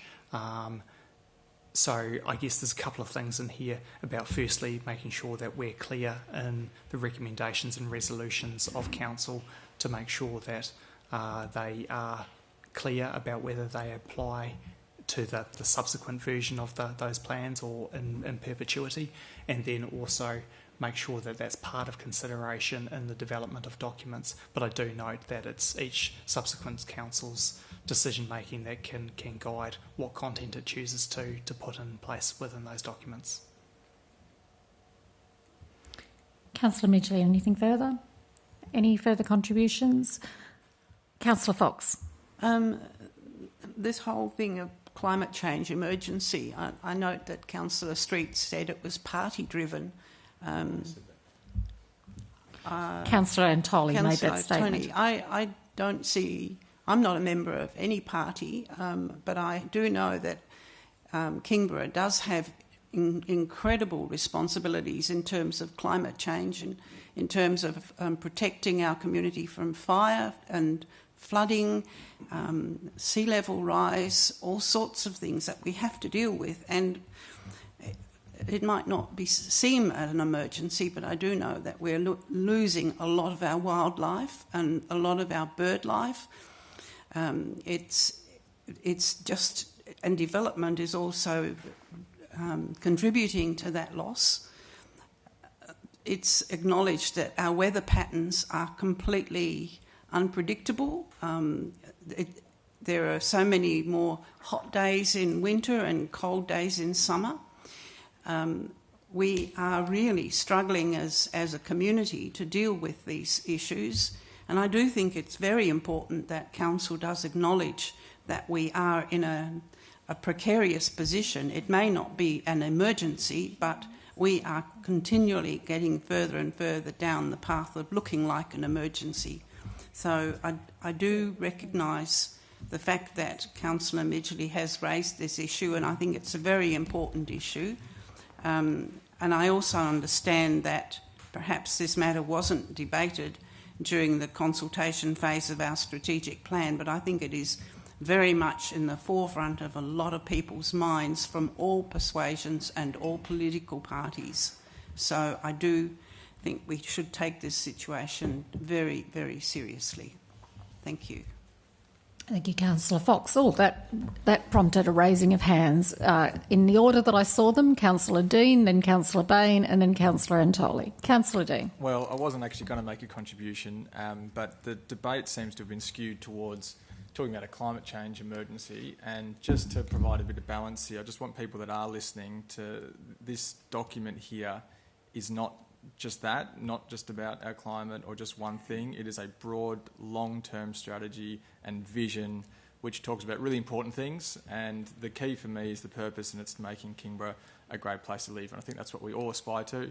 And just to remind everyone, that is what we're about, to have clean, clean parks, great roads, playgrounds and sporting facilities and everything that comes with living in this place, a place that you can raise a family, and that's what we want to have to be still the best place in Tasmania to raise a family. I think Kingborough is that, so I wasn't going to make a contribution. I just didn't want the focus to be on one small thing, because this is a very long document, and if you do happen to have a copy once this is passed, to just look at the summary page, because it will give you a good idea of what this is about. It's very, very broad, it's long term, and I do support it, and I think it's a great document. So thank you to all the staff for putting it together. Thank you, Councillor Dean. Councillor Bain. Thank you, Mayor. I was thinking exactly on the same lines as Councillor Dean. Actually, I just wanted to say something positive about this plan, and also to thank all the staff and everyone involved in putting it together, because it is quite a major exercise, and I think the final product is fantastic. Strategic plans don't tend to be exciting documents for a lot of people, but they are very important. And in our case, it's going to be the guiding document the Council will refer to over the next 10 years when trying to achieve our goal, which, as Councillor Dean said, is trying to make Kingborough a great place to live. I think it's fantastic that we've had staff feedback, ratepayer feedback, and councillors involved in putting it together, so a lot of different opinions all combining into one document. And I believe the 5 strategic priorities are spot on, and I think they nicely encapsulate the broad range of strategic objectives that we've mapped out. So I look forward to Council utilising this over the next 10 years to make Kingborough a great place to live. Thank you, Councillor Bain. Councillor Antoli. Thank you, Mayor. Look, pretty much the previous 2 speakers beat me to it. Good on them. I want to thank the staff for the effort. A strategic plan is a compliance imperative. It is required under the Local Government Act. It's an important document. The fact that it is required means it is an important document, and it has to be all-encompassing, and that's tough. We do need to have a filter, and we need to, our CEO and his team, or whoever, if it was a she, her team, it doesn't matter, our CEO and their team need to know what direction are they meant to be steering this ship over the next foreseeable 10 years. And it really is around the basics of what we need to make ourselves a great place to live. And I'm very grateful that we've steered the discussion back to common sense here, and I am happy now that that motion was successfully moved by Councillor Street to vote in favour of this, and thank the staff for the efforts. And they know who they are, so we thank them. Thank you very much, Councillor Antoli. Just for my comments, because thank you for those who have just spoken, I was going to sort of... I appreciate what Councillor Midgley was attempting to do with the motion, but I think we can move forward on that in another way. So it is good to be able to sort of focus back on the whole of this strategic plan, because I think that it has... it does have the essence in it of what it is that we value as a group of councillors and as a council. And just for the information of the community, this was developed over many months. We had feedback from councillors ourselves, from council staff, from other stakeholders, community groups through the Kingborough Community Forum that comprises of about 15 or 16 different community groups that are represented, as well as going out to the general public through a community engagement process. So we have had a lot of feedback from a broad range of people in the development of this, and that did, at the current strategic plan, we have 4 values that we had enshrined in that, and now we've moved to a 5th one. So our values under this one are accountability, collaboration, equity, innovation and sustainability.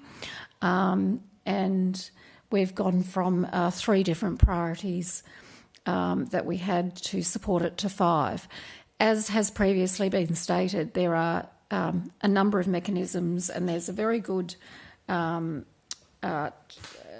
graphic on this on page 7 of the strategic plan, which highlights the different things that we're required to do in a legislative context, but how the strategic plan is, I guess, the starting point, and all of the other things like the annual plan and all of the legislated strategies, our 4-year service delivery plan and our annual operational plans. And I know that all sounds like a lot of bureaucratic words, but all of those things feed in, and there is a process. And it does mean that through our annual operational plan, that's where we have some of the more specific items and strategies that we articulate that will assist us in meeting the objectives of the strategic plan.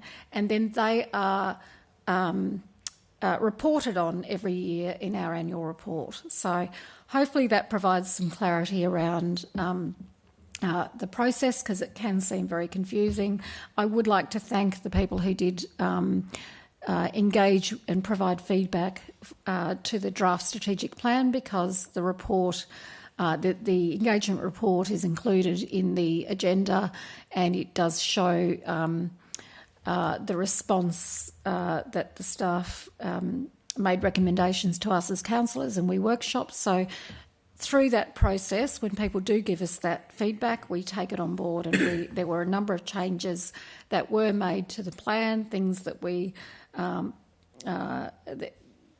included, we clarified, and we changed the wording of things to try and respond to that feedback. So thank you to those people who did it. Thank you to the staff who have been assisting us with this, and I thank councillors for their contributions. Are there any further contributions? No? If not, I will ask the original mover of the motion, who was the Deputy Mayor. Would you like to sum up? No, not in the summing up. No. All right. No summing up required. So I'm going to put the motion. It's moved by the Deputy Mayor and seconded by Councillor Fox. All those in favour? Aye. Against? The motion is carried unanimously. Takes us to page 104, Land Transfer, Kingborough Sports Precinct, with a recommendation on page 106, and I'm looking for a mover and a seconder, please. Somebody needs to move it. Councillor Dean, moved Councillor Dean, seconded Councillor Bain. Thank you, Councillor Dean. Just in terms of a quick nutshell, what we're here looking at is, I think everyone in the community would be aware of the High Performance and Training Centre that is being proposed to be built by the AFL. In order for that to happen, this is obviously going to be built in the Kingborough Sports Centre precinct, or Kingborough Sports Precinct, sorry. And for that, in order to happen, we need to, we are now going to hopefully just indicate our intention of disposal for that land, and the preferred option is for that to be a long-term lease, while the report points out that the club's first option was for it to be directly transferred to the ownership of the club. We have held firm in terms of going for a long-term lease that retains in our hands. So as moving forward, if this is passed, the disposal, the intent of disposal will go ahead, and I think we could probably spend all night waxing lyrical about how great this sports centre, high performance centre will be for our area, but the report does a pretty good job of that, and I think we're all aware, given everything that's happening with the politics of the football team in Tasmania, all of that aside, this is going to be fantastic, and I'm very happy to move this, and I hope that everyone will support this with me. Thank you, Councillor Dean. Councillor Midgley and then Councillor Fox. Thank you, Mayor. I believe the recommendation is the best in regards to the risk appetite and also for the community, but I've just got a couple of questions. I'm wondering why we're moving forward with this when it has not, I guess the big picture of the stadium hasn't had the final golden tick by the state government. Why are we moving forward with it? Well, the state government has lodged a development application for the High Performance Centre and has funded it. And if they've lodged a development application, we need to resolve the question of the land tenure and how that land is treated. So we continue to move on. Thank you. And just noting some... Councillor Midgley, see, if I don't say your name before you speak, then your microphone doesn't go up. Councillor Midgley. Thank you, Mayor. Just noting some community members have asked some questions regarding this as well, so putting those forward. So also just wondering why we're moving forward when we haven't sort of received the final, I guess, budget part of this project for Kingborough, or there's question marks in regards to whether we're getting the, is it going to be all fully funded? Like do we know what's being funded, what's not? I guess some just questions around that as well. Okay. So there is a state budget being brought down on Thursday, and we expect that there will be a funding commitment within that for the additional works that need to be carried out in terms of extra ovals for community use, and also then to replace the associated infrastructure that exists that has to be relocated, and some roadworks as a result of this. But we need to be very clear that what we're talking about here is the land on which the AFL High Performance Centre, or as it's more commonly known now that we're in the stage of the Training and Administration Centre. The funding for that has been provided in previous budgets, so there is funding there, which is why this is progressing. Thank you. Councillor Midgley. Thank you. Can I also just have perhaps some more information from staff in regards to the asset depreciation? Yeah, the CEO. Not thanks, through me. Thanks for the question. Can I just clarify, first of all, that this resolution is to advertise council's intent to dispose of the land through a long-term lease. So at this stage, it's not actually signing a lease, and that it goes to public advertising and then comes back to council. So there's still subsequent decision points for the organisation around this process. In terms of depreciation of the built asset, because a long-term lease is being proposed beyond the useful asset life of the built asset, it is deemed to be something that is not on council's books. So therefore, council will not be carrying that asset on our books or be liable for depreciation, which is why this model is being recommended, and we've had independent advice from an accounting firm on that as well. Nothing further, Councillor Midgley. I think I had Councillor Fox next. I think the CEO has already answered my question partially, but I'm looking at the lease and at saying long term, and I'd like to know roughly how long and what would be the situation if there's a change. Long-term leases are you've got to have long-term use, and if there's a change of use or a change of intention, what would happen to this property under that lease? The CEO. So the indicative lease, and at this stage it is just indicative because there's still a process to go through, that we've talked about is a 99-year lease in favour of the Tasmanian Football Club. If there was a change of use or intent around the land, or something happened like the club no longer being in the AFL, what we've discussed with the state government and with the Tasmanian Football Club is that lease would revert to the state government. So the lease would pass over in that case, that it was no longer being used by the footy club for the purposes of an AFL high performance centre to the state government. The reason for that is twofold. First of all, because it protects the state's investment into the facility, so the state is investing millions of dollars into the development of the facility, and it protects their investment. Secondly, it means that the asset wouldn't revert onto council's books, and that we get a surprise financial shock by suddenly having a $100 million facility sitting on council's asset register and then suddenly being liable to depreciate it. So the intent is that if that was to happen, it passes across to the state, then we would be in a conversation with the state around any leasing that they would do to a future use, and we would have the ability to input and control that conversation. So that way we've protected Kingborough's interests, the financial interests of our community, but also maintained a level of control and also supported the state in protecting their investment into the facility. Any further contributions? Councillor Antoli. Thank you, Mayor. I do, to reinforce what the CEO said, this is just a first in a multi-point step to advertise to the community to get their input on us transferring the land through a lease arrangement to the AFL team. I'm an out and proud supporter of the team, the stadium at Macquarie Point, and probably in some ways most excited about having the high performance centre, the training centre right here. It's going to be fantastic.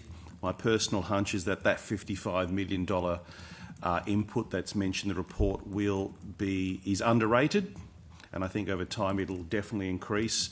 I know the community is excited by it, not everyone, and I'm not a mad AFL fan. I'm of Italian and Croatian extract, so I prefer soccer, but I have a non-partisan interest in this for the greater good of our community, and also for, even the wealth of this council. It will bring rates and income and prominence and prestige to this council, and all of those things work for me. So I'm happy to support this first step, and then the community can get their chance to give input and feedback. Thank you, Councillor Antoli. Any further discussion? Just to reiterate, as has been said, we are certainly giving the opportunity for the community to have their say in relation to this, as we follow the process that is required for all disposal of land, whether that be through sale or lease, which is also regarded as disposal. Councillor Dean, would you like to sum up? No, I'll put the recommendation then. Moved by Councillor Dean, seconded by Councillor Bain. All those in favour? Aye. Against? The motion is carried unanimously. Takes us to page 110, enforcement policy, with a recommendation on the following page, and I'm looking for a mover and a seconder, please. Moved Councillor Bain, seconded Councillor Midgley. Councillor Bain. Thank you, Mayor. So the enforcement policy we have in front of us, the three objectives of this enforcement policy are to provide consistency in enforcement actions in matters of non-compliance, to ensure transparency, procedural fairness and natural justice principles are applied, and to ensure that enforcement response action is proportionate to the alleged offence in each case. Obviously, Council also has a lot of legislation that underpins the majority of these enforcements and mandates a significant amount of what we must undertake. This policy was created in 2016, reviewed in 2020, and there's been minimal changes. So I'm happy to support the recommendations and to endorse the policy. Thank you. Councillor Fox and then Councillor Antoli. And is that a hand up or just a pen? Yeah, no, that's okay. Councillor Fox and then Councillor Antoli. If this was an auction, you would have bought a house by now. Councillor Fox. Yeah, I guess I support the policy, and I know that there are not many changes in the actual original document. But I guess reading this, it sounds very draconian, and I don't see anything in this policy that would give us any flexibility or lenience or compassion, even in special circumstances. And I'm wondering how that is dealt with by staff when we have a policy that is so rigorous. Mr. Smee, could you assist us with that one, please? Thank you, Mayor. Often with legislation, it is black and white, and there is simply no room for council to apply discretion, and I speak specifically in relation to our building compliance and our planning compliance, where we have a legislative requirement to enforce our planning scheme. We have a legislative requirement to enforce the Building Act, and we can suffer penalty if we don't. So in saying that, our staff do endeavour to work to achieve compliance in a compassionate manner, in a manner that seeks to be as flexible as we can within the framework of our policy. In relation to other pieces of legislation, and specifically in relation to our bylaws, there is a level of discretion that is available under this policy, and that discretion relates to the public safety test, environmental test, level of resourcing required, and any other circumstances that an officer may want to take into account in assessing whether enforcement action is necessary. And specifically in relation to our bylaws, we do act primarily with the public interest at mind, and I would like to think that includes staff acting as compassionately as they can within this framework. Councillor Fox, anything further? No, I do appreciate the response from Mr. Smee. Thank you. Thank you. Councillor Antoli. Thank you, Mayor. I have a question from page 114 of our agenda. It's around point 4.3.4, which is transparency. We have an insert of if appropriate. So the context is when remedial action is needed, council will explain why the action is necessary and, if appropriate, will provide advice on the process of seeking a review of or how to appeal against a decision.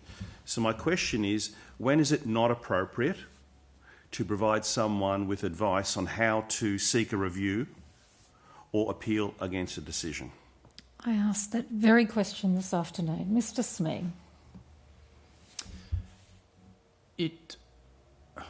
Generally speaking, it would always be appropriate to provide that advice.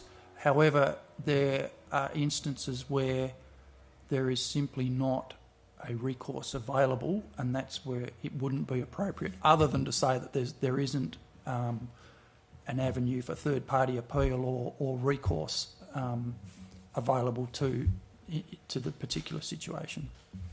Thank you. Councillor Antoli. Thank you, Mayor. Sorry.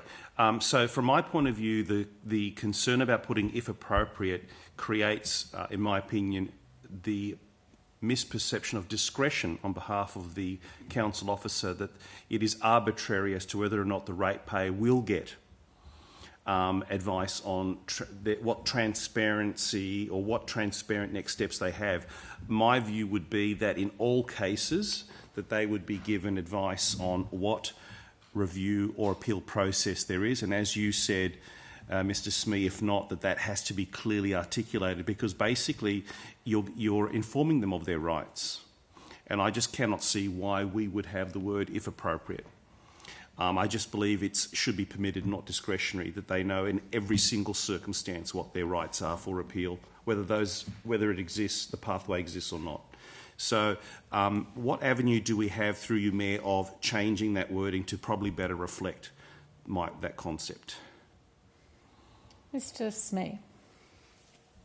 You would need to move an amendment that the policy be endorsed with the changes as you have outlined. Okay. So with your permission, Mayor, I would like to move that we change the wording of that particular sentence to basically reflect that in all cases they will be told what their process for seeking a review or how to appeal would be made. So words to that effect. Can I make a suggestion to make it easier? By all means, I'm open. Why not just move to take out the words that have been inserted of if appropriate to return it to what it was? Yep, perfect. I like it even better. So, okay, so Councillor, who have we got here? Councillors Bain and Councillor Midgley as the substantive movers in the motion. Do you agree with the proposed amendment?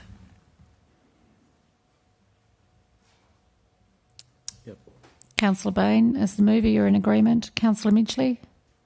Yes, you're in agreement. Okay, so, right. So the words in 4.3.4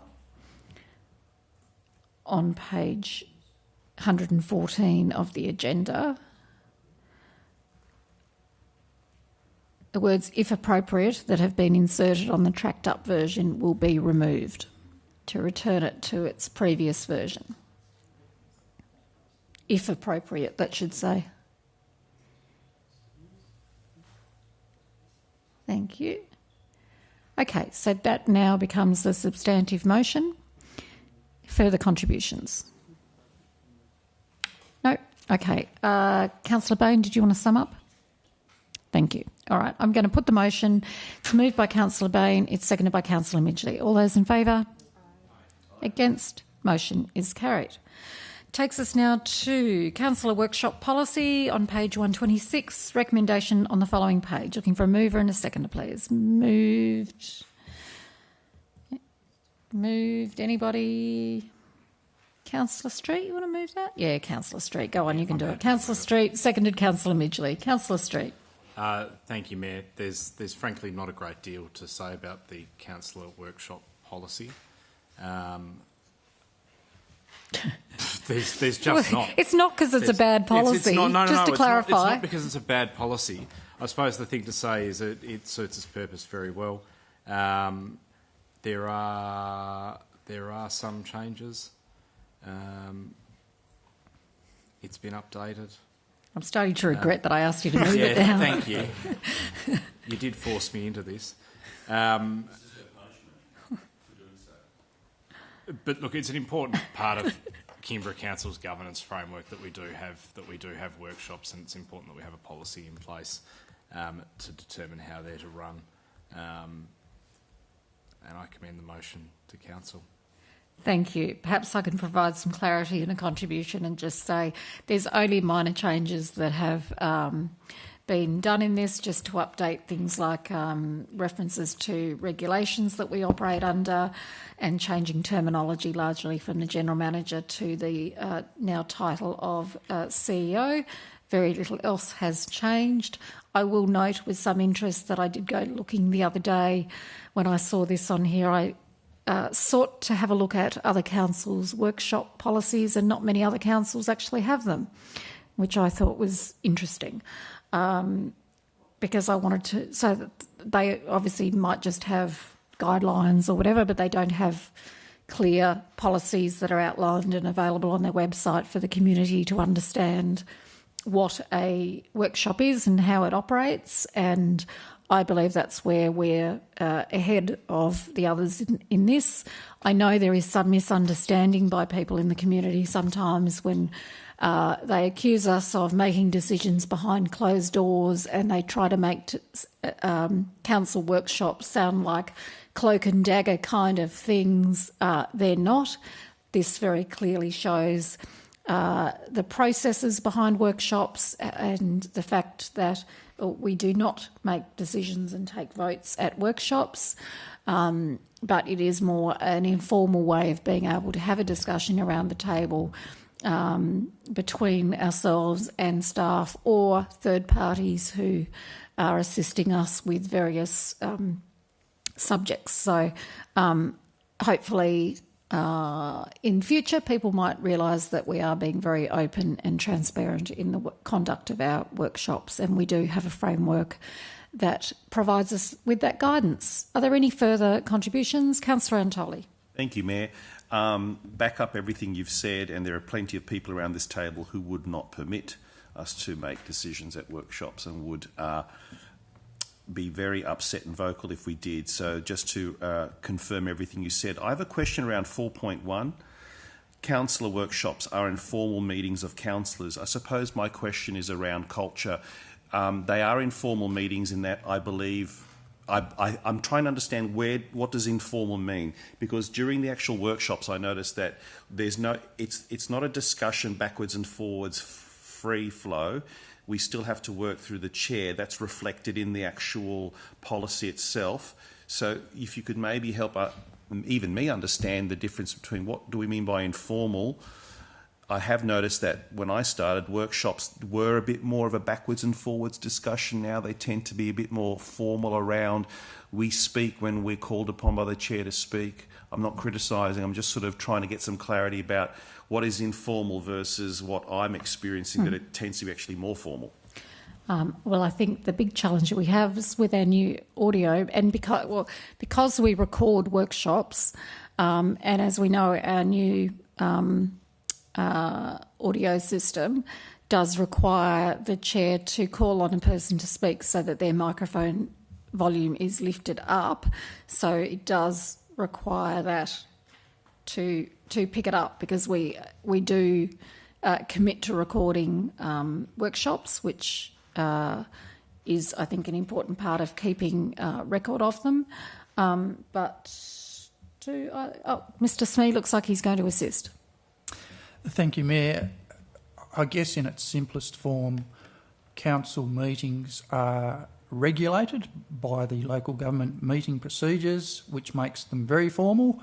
Workshops are not subject to those same meeting procedures, so in a way they are informal. However, I guess if the public was to view a workshop, they may well go, well, that was pretty formal. So it's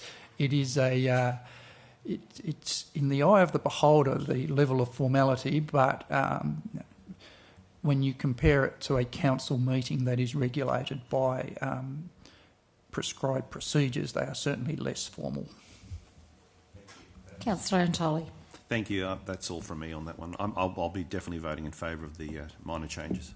Thank you. I mean, I think we do, just to add to that, I think we do endeavour to try and make it as informal as we can within the frameworks we have to operate in. Quite often, we don't call we call each other by our first names rather than by councillor such and such, so it is as relaxed as it can be, and I know there has been some hilarious banter during those, but I guess we still have to be mindful of the framework in which we work. Any further contributions? No. Councillor Street, would you like to sum up? Because you did such a great job at opening that. It'd be better for everyone if I didn't. Yeah, all right, thank you. I'll put the recommendation moved by Councillor Street and seconded by Councillor Midgley. All those in favour? Against? Motion is carried. Takes us to the next item. We're on page 136, Kingborough Bicycle Advisory Committee minutes of the 12th of September 2025 meeting with a recommendation on the following page, and I'm looking for a mover and a second. I've got a mover in Councillor Midgley and a seconder in Councillor Bain. Councillor Midgley. Thank you, Mayor. Yes, I'll move this one, and I guess just to note a few points. The great thing about having a committee looking after a strategy action plan means that we have this governance over the great projects that the strategy has. It's not just a strategy that will sit on the shelf and we say, you know, we've got this great plan. We've got really something tangible to work towards, and for the staff budget as well, they've got tangible projects to work towards. And also with the funding that has been available, fingers crossed that it's we have the active transport funds in the state government, because that has funded a lot of projects in this strategy as well, and also federal funding as well. So I guess the KBAC wanted to have a review of the strategy, kind of check in how things are going, see, I guess, celebrate really as well the projects that have been completed. And if you look in the document, you can see that. And there has really been a significant progress made. And so at this point, I'd really love to give a shout out to the councillors, Councillor Bain, and also acknowledge Councillor Fox as well for her long time involvement on the cycling strategy, for the staff who have been really hard working on applying for grants to tick off these you know, the amazing active transport paths that are growing, noting there is still a big long length, but also the people who commit and volunteer their time as well in attending the meetings and providing input. So yeah, this is just kind of like a little bit of a, you know, look what's happened, let's celebrate the fantastic projects that we can actually physically see and physically have a go and ride on around our municipality. But also to note that, you know, there's lots of visions that we'd love to see in the strategy as well, and I guess namely the Huntingfield to Margate, you know, off-road shared path, which would be such a fantastic asset. And we know highlighted in media around the housing development, when, you know, homes are built, wouldn't it be great? We can get people out of our cars and, you know, and using active transport to get around to places. So yeah, this is why the committee undertook this, and yeah, just thank everybody involved. Thank you very much. Councillor Bain. Thank you, Mayor. Just to quickly back up what Councillor Midgley was saying, I've been on this committee for a few years now as the Deputy Chair, and the committee is so well run and getting some great outcomes for our community. And I guess the thing I want to emphasise is it's not just outcomes for cyclists, but if you look at what we're achieving, it's walkers, it's runners, it's dog walkers, it's people pushing prams, some of the shared paths that this group focuses on. It's just some fantastic outcomes for the whole community. So when you see KBAC, don't think just cyclists, think shared paths. You know, the connections to the park and ride is one of the ones here. The Argana Road shared path between Kingston and Blackmans Bay would be a great outcome for the community. As Councillor Midgley said, Huntingfield Margate shared path down to between Huntingfield and Margate. That's been on Council's radar for a long, long time, and the outcomes for the community with that path would be just amazing. So, yeah, well done to this committee, and look forward to going through these actions with them. Thank you very much, Councillor Bain. Any further discussion? I'll just echo, I don't want to keep us too long, but I just want to echo the comments that Councillors Bain and Midgley have made in relation to the work that KBAC does. I thank both the councillors for their the work that they do with the members of the community and our staff who are involved in this. It's a very committed group, and it's great to see that they've had some successes over many years in getting upgrades to infrastructure and securing grants from the state government and the like. So greatly appreciated. So, Councillor Midgley, would you like to sum up? No, I'm going to put the recommendation. Moved Councillor Midgley, seconded Councillor Bain. All those in favour? Against? Motion is carried unanimously. Takes us to appendices on page 152 with the recommendation on the same page. I'm looking for a mover and a seconder, please. Got a mover in the Deputy Mayor and a seconder in Councillor Antoli. Any questions on the appendices? We've got Infrastructure Works Report, calendar and forward agenda. No? Okay. No questions, but I would just draw members of the community's attention to the Infrastructure Works Report. Sometimes these reports, when they're at the back of the agenda as an appendix, they can go unnoticed, but it is basically a wrap-up of months and months of work and maintenance work and upgrades and new builds that are part of our capital works program, and it does give a really interesting snapshot to show that there are many positive stories happening of how we're upgrading a range of our facilities, from roads and footpaths and community halls and access ramps and toilets and so on. And so I really would encourage people to have a look at that if they have not. Councillor Fox. Yes, just to draw your attention to page 167 and the picture of the Kingston Beach foreshore works. I really appreciate the work that is happening along Kingston Beach, but I know that there have been committees and subcommittees and plans and long-term plans and short-term plans, and it all seems to be coming together, but I haven't recently seen an actual drawing or plan to show what the ultimate outcome is going to look like. And I was wondering if that could be made available to councillors, if it's available.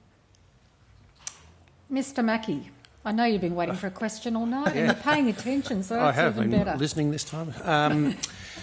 Yes, we can do that. We can make that available. We've got drawings and 3D renderings of the end outcome. We can make those available. Councillor Fox. Does that mean that councillors would need to come into the council chambers and ask to see it here, or is it going to be available in other forms? We can make them available to all councillors. He can send them out. Via email. Sorry. That'd be fantastic. Yep. Sorry. I'll just interpret his words for you. Thank you. Any further questions?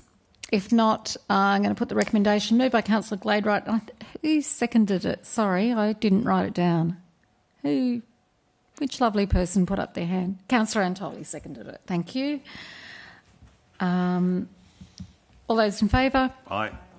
Against, motion is carried unanimously. Page 152, notices of motion. At the time the agenda was compiled, there were no notices of motion that had been received. Takes us to confirmation of items to be dealt with in closed session. In accordance with Regulation 17 of the Local Government Meeting Procedures Regulations 2025, Council by absolute majority moves into closed session to consider the following items: confirmation of minutes, applications for leave of absence, naming rights, Lightwood Park. Mover and a seconder, please. Moved Councillor Midgley, seconded Councillor Gladwright. All those in favour? Against? Motion is carried. That brings us to the end of the open session of Council. In accordance with the Council meetings and councillor workshops audio recording guidelines policy, recording of the open session of the meeting will now cease. Thank you to our last member of the public who is with us. We do ask that you leave us now, but thank you for staying to the very end. Open session of Council will adjourn, and thank you also to those people who have been watching along at home. Good evening. The open session of Council adjourns at 7:42 p.m. Closed session of Council.